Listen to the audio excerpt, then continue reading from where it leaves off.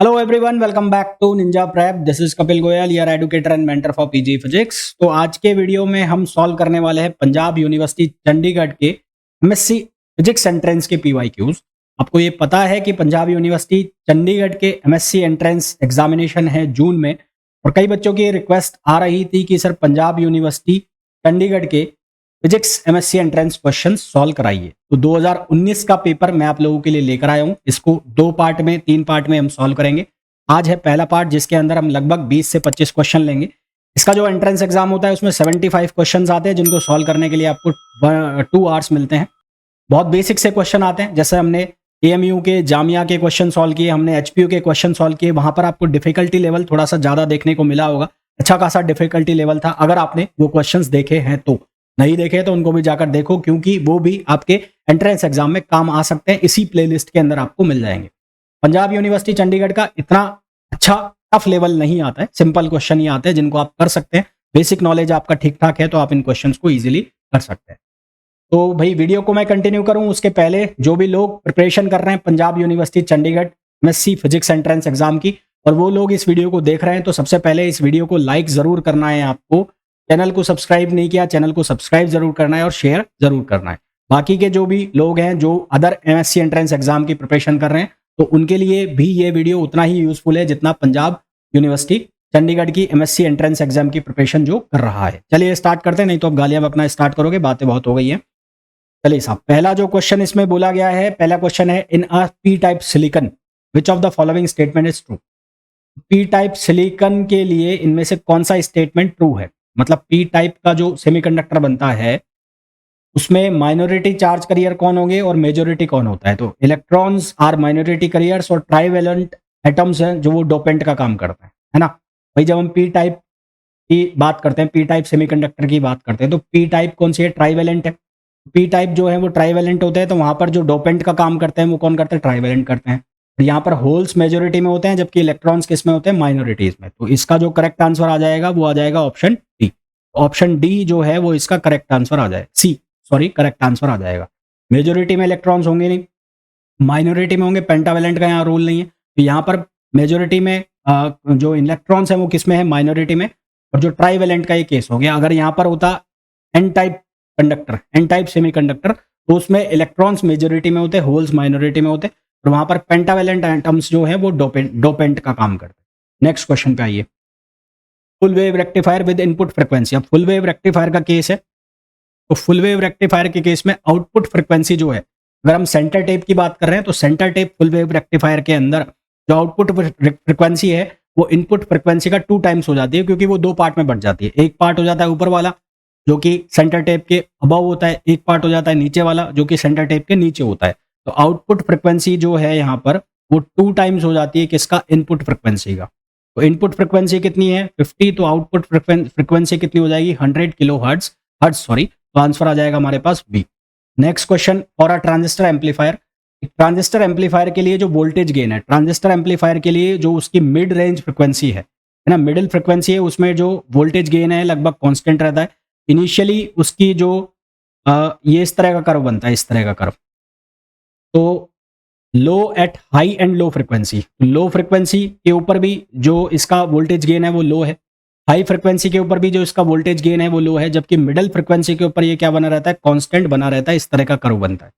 तो हमारे पास जो इसका राइट आंसर आ जाएगा वो आ जाएगा C. Fourth question, in case of transistor connected in common emitter configuration. Common emitter configuration की बात हो रही है, ठीक है, किसकी बात हो रही है, कॉमन एमिटर। तो कॉमन एमिटर कॉन्फ़िगरेशन की बात हो रही है, इसमें इनपुट रेजिस्टेंस को हमें डिफाइन करना है। तो इनपुट रेजिस्टेंस कॉमन एमिटर के केस में क्या होगा। कॉमन एमिटर के केस में जो फॉरवर्ड बायसिंग में सर्किट होता है, फॉरवर्ड बायसिंग सर्किट होता है वो किस किस के बीच में बनता है, बेस और एमिटर के बीच में। किस किस के बीच में बनता है, बेस और एमिटर।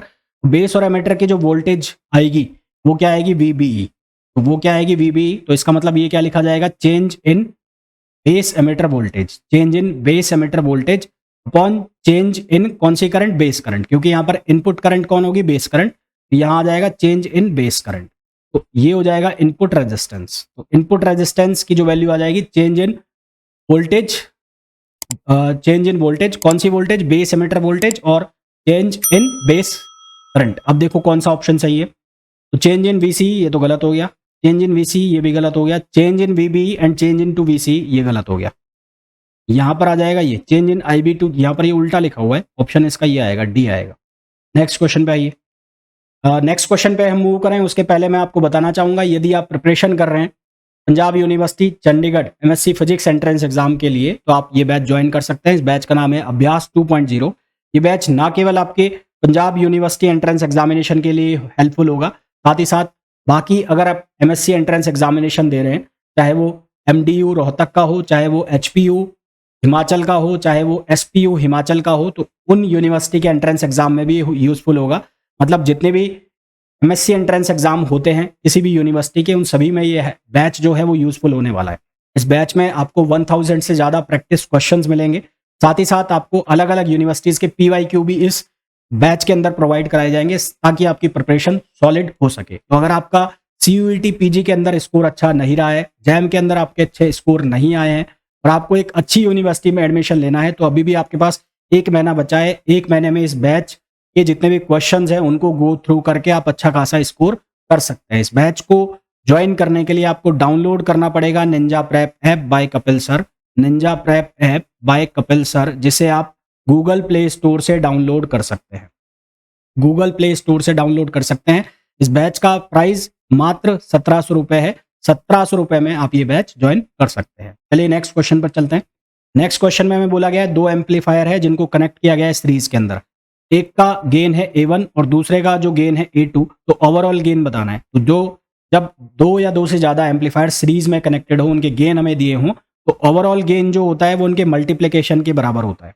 ओवरऑल गेन जो होता है वो उनके मल्टीप्लिकेशन के बराबर होता है, यानी कि यहाँ पर गेन जो आएगा वो लिखा जाएगा A1 A2। नेक्स्ट क्वेश्चन पे आइए। The least preferred principal crystal structure for thermal the metallic, यहाँ पर है फॉर द मेटालिक, ये दोनों अलग अलग वर्ड्स हैं तो आप करेक्ट कर लेना। यहाँ पर है द मेटालिक, द मेटालिक, तो द मेटालिक क्रिस्टल इज, तो सिंपल क्यूब जो है वो मेटालिक क्रिस्टल के लिए लीस्ट प्रेफर्ड होता है। सिंपल क्यूब के अलावा जो यूज किए जाते हैं वो या तो प्रेफर किया जाता है बीसीसी यानी कि बॉडी सेंटर्ड को, या फिर प्रेफर किया जाता है फेस सेंटर्ड को। तो हमारे पास ये पूछा है कि कौन सा प्रेफर नहीं होता है, तो नहीं जो होता है वो हो जाएगा ए, तो A will be the right answer. The base of NPN transistor, NPN transistor का जो बेस है, बेस जो होगा वो चाहे वो पीएनपी हो और चाहे वो एनपी हो, उसका एनपीएन होगा, उसका बेस लाइटली डोप्ड होता है ना, सबसे थिन सेक्शन होता है और लाइटली डोप्ड होता है। तो हमारे पास आंसर आ जाएगा lightly doped. Next question, a reverse voltage of 10 volt is applied across SI diode, the magnitude of voltage. अब देखो रिवर्स वोल्टेज अप्लाई हो रहा है, रिवर्स वोल्टेज, तो अगर मैं कोई जंक्शन बनाता हूँ, लेट सपोज ये पीएनपी जंक्शन है, ये पीएनपी जंक्शन है और ये सिलिकॉन ट्रांजिस्टर है और इसके अक्रॉस यहाँ पर वोल्टेज जो लग रहा है, ये जो वोल्टेज है पीएनपी रिवर्स वोल्टेज लगा रहे हैं, तो यहाँ पर मैंने रिवर्स वोल्टेज लगा दिया। रिवर्स वोल्टेज के केस में क्या होगा, यहाँ पर रिवर्स वोल्टेज अप्लाई होगा और ये रिवर्स वोल्टेज सारा का सारा किसके अक्रॉस अप्लाई हो जाएगा, ये रिवर्स वोल्टेज डिप्लेशन लेयर के अक्रॉस अप्लाई हो जाएगा। ठीक है, यहाँ पर जो वोल्टेज आएगा वो कौन सा आएगा, वी आर, और ये रिवर्स वोल्टेज की वैल्यू कितनी होगी, 10 वोल्ट। अगर आप सोच रहे हैं कि सिलिकॉन डायोड का जो बैरियर पोटेंशियल है 0.7 उसको आप यूज करेंगे तो आप गलत हो जाएंगे। अगर ये फॉरवर्ड बायसिंग में होता, अगर ये फॉरवर्ड बायसिंग में होता तो उस केस में यहां पर वोल्टेज आता FBF for forward biasing, for forward biasing, forward biasing, और फॉरवर्ड बायसिंग का आता तो उस केस में हम यहां पर लिखते 10 माइनस 0.7, यहां पर बैटरी की पोलैरिटी चेंज होती। पर जब हम रिवर्स बायसिंग की बात करते हैं तो जो बैटरी का जितना भी वोल्टेज है रिवर्स बायसिंग के अंदर वो सारा का सारा अप्लाई हो जाता है किसके अक्रॉस, वो डिप्लेशन लेयर के अक्रॉस अप्लाई हो जाता है। इसलिए इसका जो करेक्ट आंसर आएगा वो आएगा सी, यानी कि 10 वोल्ट। नेक्स्ट क्वेश्चन पे आइए। The thermally generated electrons and holes acquire sufficient energy from the applied potential to produce new carriers by removing valence electron from their bonds. These new carrier in turn produce additional carrier again through the process of disrupting bonds. The cumulative process, इसको हम कहते हैं avalanche breakdown. avalanche breakdown में क्या होता है, जो thermally insulated, जो थर्मली जनरेटेड इलेक्ट्रॉन्स हैं होते हैं वो काइनेटिक एनर्जी को जनरेट करते जाते हैं और काइनेटिक एनर्जी इतनी बढ़ा देते हैं कि वो जो काइनेटिक एनर्जी है उसके कारण जो इलेक्ट्रॉन्स हैं वो डिप्लेशन लेयर को ब्रेक कर देते हैं। डिप्लेशन लेयर ब्रेक हो जाती है तो लार्ज अमाउंट में करंट फ्लो हो जाता है, स्मॉल वोल्टेज के ऊपर लार्ज अमाउंट में एकदम से करंट फ्लो हो जाता है, उसको हम कहते हैं अवालांच ब्रेकडाउन। ठीक है, जीनर ब्रेकडाउन नहीं है ये कौन सा ब्रेकडाउन है, avalanche breakdown. Avalanche breakdown thermally insulated होता है, जबकि जीनर ब्रेकडाउन जब हम वोल्टेज को बहुत ज़्यादा बढ़ाते हैं उसकी वजह से होता है। तो यहाँ पर आएगा अवेलेंच ब्रेकडाउन। नेक्स्ट क्वेश्चन पे आइए, कॉलपिट ऑसिलेटर। कॉलपिट, देखो इसको वर्ड से याद कर लेना, कॉलपिट। तो कॉलपिट मतलब C stands for capacitor. Colpitts का मतलब हो गया दो कैपेसिटर और एक इंडक्टर। यहां पर क्या आएगा, दो कैपेसिटर और एक इंडक्टर। नेक्स्ट क्वेश्चन पे आइए, वीएलएसआई सर्किट। वीएलएसआई सर्किट में जो गेट्स हैं वो 10,000 से भी ज्यादा होते हैं। तो यहां पर मेरे हिसाब से आंसर आना चाहिए मोर देन 1000 गेट्स। आप इसको एक बार चेक कर लेना, क्योंकि इसका जो आंसर होता है 10,000 से भी ज्यादा इसमें गेट होते हैं। 10,000 तो इसमें ऑप्शन है नहीं, तो उस हिसाब से ऑप्शन होना चाहिए इसका B, more than 1000 gates. Next question पे आइए, बार्न जो है वो यूनिट होती है क्वाड्रिपोल मोमेंट की भी होती है, उसके अलावा ये बेसिकली यूनिट होती है एरिया की। तो 1 बार्न जो होता है वो इक्वल होता है 10 पावर -28, 10 पावर -28 के इक्वल होता है। तो आंसर आ जाएगा हमारे पास बी।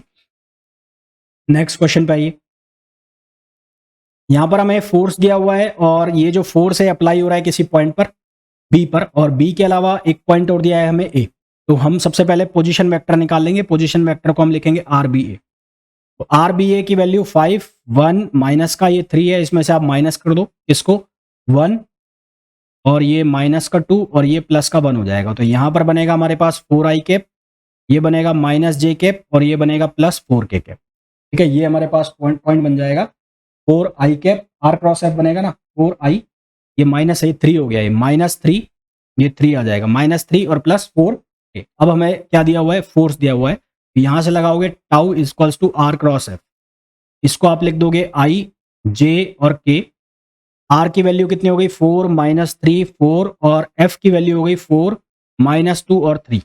इसको जब हम सिंप्लीफाई करेंगे तो हमारे पास जो आंसर आएगा वो आएगा आई कैप +4j कैप और +4k कैप। इसको अब आपको सॉल्व करना है। डिटर्मिनेंट आप इजीली सॉल्व कर सकते हैं मेरे हिसाब से, नहीं कर सकते हैं तो फिर मामला गड़बड़ है। तो इसका आंसर आ जाएगा डी। नेक्स्ट क्वेश्चन पर, नेक्स्ट क्वेश्चन में हमें बोला गया है बॉडी ऑफ मास 1 kg। एक बॉडी है, उसका मास दिया है 1 kg, वेलोसिटी दी है v1।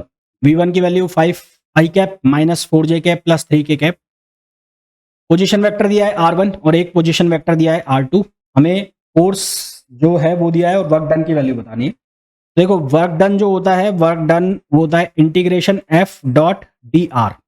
f.dr, तो सबसे पहले आप dr जो वेक्टर है उसको आप कैसे लिख लो, आप इसको ऐसे लिख लो dxi कैप dy कैप और +dz कैप। अब इनका डॉट प्रोडक्ट आप सॉल्व कर दो। तो f की जो वैल्यू है उसके अकॉर्डिंग डॉट प्रोडक्ट सॉल्व करोगे तो ये लिखा जाएगा 2dx, डॉट प्रोडक्ट कर रहा हूं मैं, फिर ये लिखा जाएगा -3dy और प्लस ये लिखा जाएगा 4dz।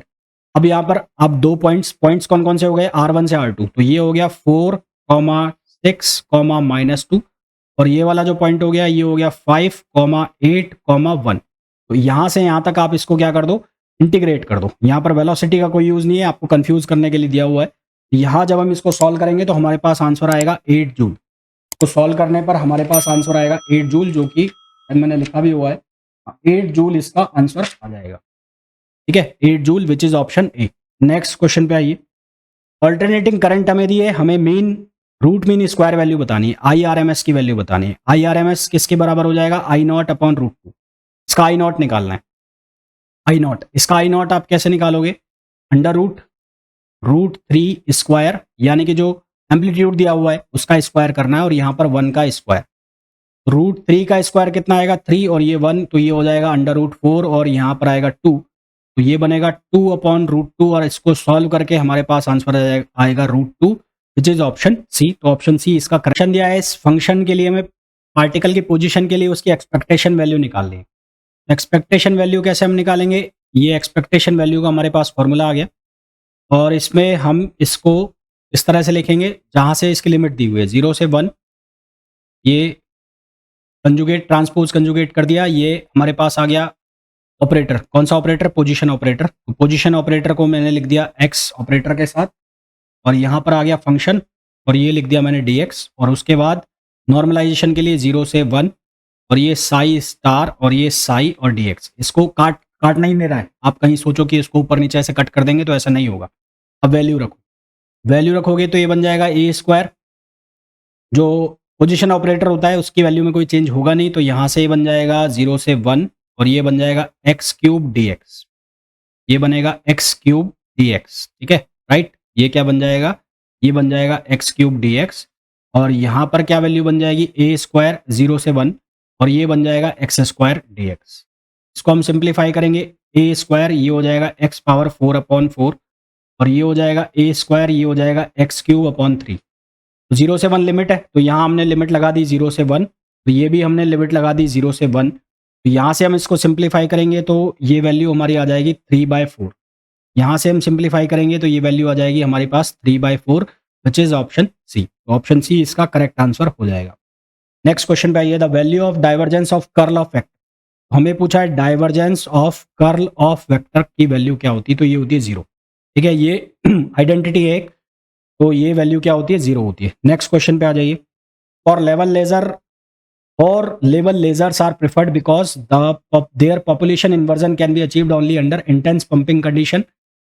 Population inversion can be easily achieved and also sustained. ये चेक कर लेना, मेरे हिसाब से इसका आंसर सी होना चाहिए, फिर भी आप चेक कर लेना इसको, है ना, चेक कर लेना इस क्वेश्चन को। नेक्स्ट क्वेश्चन पे आइए, the relationship between the energy and momentum of massless particle. Massless particle का बताना है, तो एनर्जी का जो हम रिलेशन पढ़ते हैं रिलेटिविस्टिक थ्योरी में, वो होता है P square C square plus M naught square C power 4। अब मासलेस है यानी कि इसकी वैल्यू 0 कर दी, पी इक्वल्स टू हो गया पी सी। तो हमारे पास which of the following heat loss is primarily not due to convention. जो बल्ब है उसके अंदर जो हीट लॉस है वो रेडिएशन की वजह से होता है, ना कि कन्वेंशन की वजह से। तो करेक्ट आंसर इसका आ जाएगा सी।